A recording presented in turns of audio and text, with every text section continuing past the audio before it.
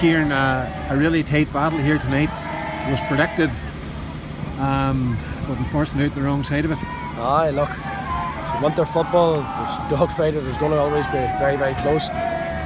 We played St Ciaran's in the group stage and beat them by a point, and I watched the semi-final, and to be honest I sort of hoped they were beat, because having to beat a team twice, like, that's not easy. But we give ourselves a platform to do it.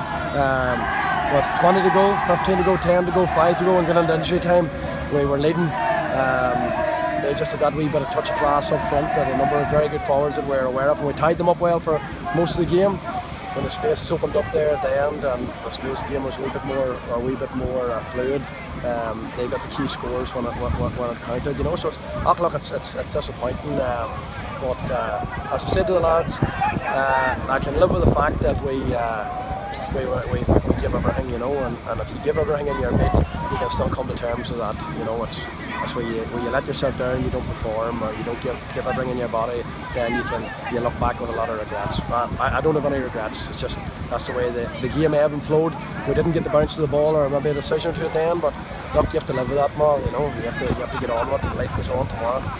It was a really dominant third quarter, but with Barry Carberry and Rory Canavan, it's a tough battle playing against that. Yeah, look, we said at half time in the changing rooms, kickers, our ability to not foul in the scoring zone and try and carve out scores because they were at a premium. But we knew if we could dominate the kickers, and that worked for us in the league section against them. We were very physically strong and very athletic around the middle. When we got a foothold and we missed from two of those kickers, we missed 2 or 3 very good goal chances we didn't take. When we were in the complete sentencing, we were in 3 up, missed another goal chance. And sometimes when that happens, you just get a nagging feeling that it's going to come back to haunt you, you know.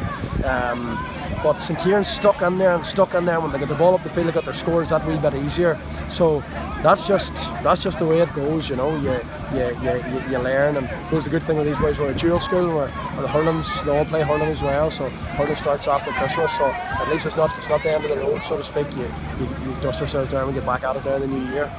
Is that the highest grade of football the school's played at under your tenure? Aye, it is. Well, we would have played vocational schools, so we're coming together in the colleges. We would have been traditionally, with the size of the school we are per se, you should be playing D or E or whatever, but that team won, and they've been an upward curve. And I suppose you look at the likes of St Ciaran's, Ballygawley, a school with over double the numbers, Sacred Heart Oma the same, Radical Rain the same, the Dean Carrigmore the same. Look, we're more than competitive, we're more than a match for them. So it just shows you, when you have lads that are committed, you train well hard and you build yourself around your strengths and you're aware of your weaknesses, and lads do what they're told. It's amazing what can happen. There's St Ciaran's, Ballygawley with maybe 10 clubs. I noticed in their programme, 10 different clubs. We have 2 different clubs, but you can only play 15, and I suppose it's a reflection of what you can happen if you get your own house in order. You usually don't be that far away. You've been around Derry quite a while now. Now you're in the... Guys, come on, Nelly. You've been around Derry quite a while. You're now in the senior setup. The school setup in the county, regularly in finals.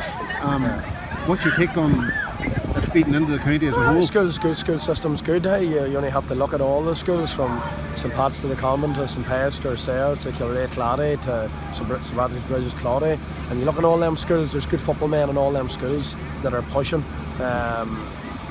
But Tyrone are the same, and you look at the Tyrone success over the last 15-20 years has been built on a good solid school system. So Derry are lucky in that regard as well.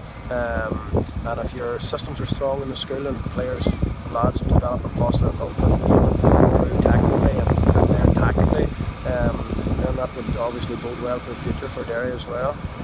Your own lads, from losing a game like that, not easy, but has to be learning on it from them. That's life, hey.